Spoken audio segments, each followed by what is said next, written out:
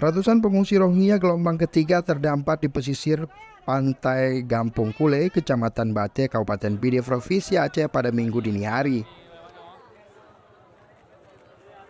Warga setempat dikejutkan dengan kedatangan pengungsi Rohingya saat mereka masih dalam keadaan tertidur lelap.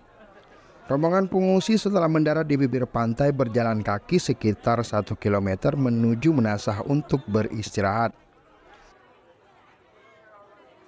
Kemudian pada pagi hari warga langsung merespon dengan memberikan bantuan penanganan sementara berupa makanan dan pakaian.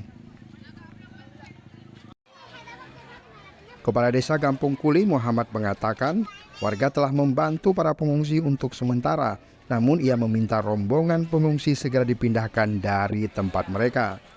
Bahkan ia dengan tegas menolak kehadiran pengungsi Rohingya yang melarikan diri dari kamp Bangladesh lantaran sikap mereka kerap mengganggu kenyamanan warga setempat. Tidak mau menerima orang Rohingya di sini karena terasa terusik dan terganggu. Tolong kepada pihak-pihak mau dibawa kemana terserah. Kami setelah memberi makan, insya Allah makan sudah kami beri mulai dari jam 3 tadi malam sampai sekarang.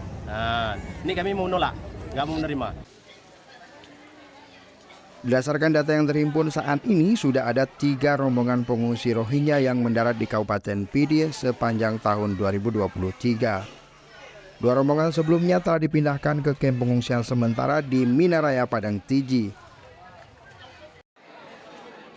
Sementara yang terdampar di Desa Kule Bate, pihak UNHCR masih kesulitan mencari tempat penampungan lantaran di lokasi penampungan Padang Tiji sudah over kapasitas.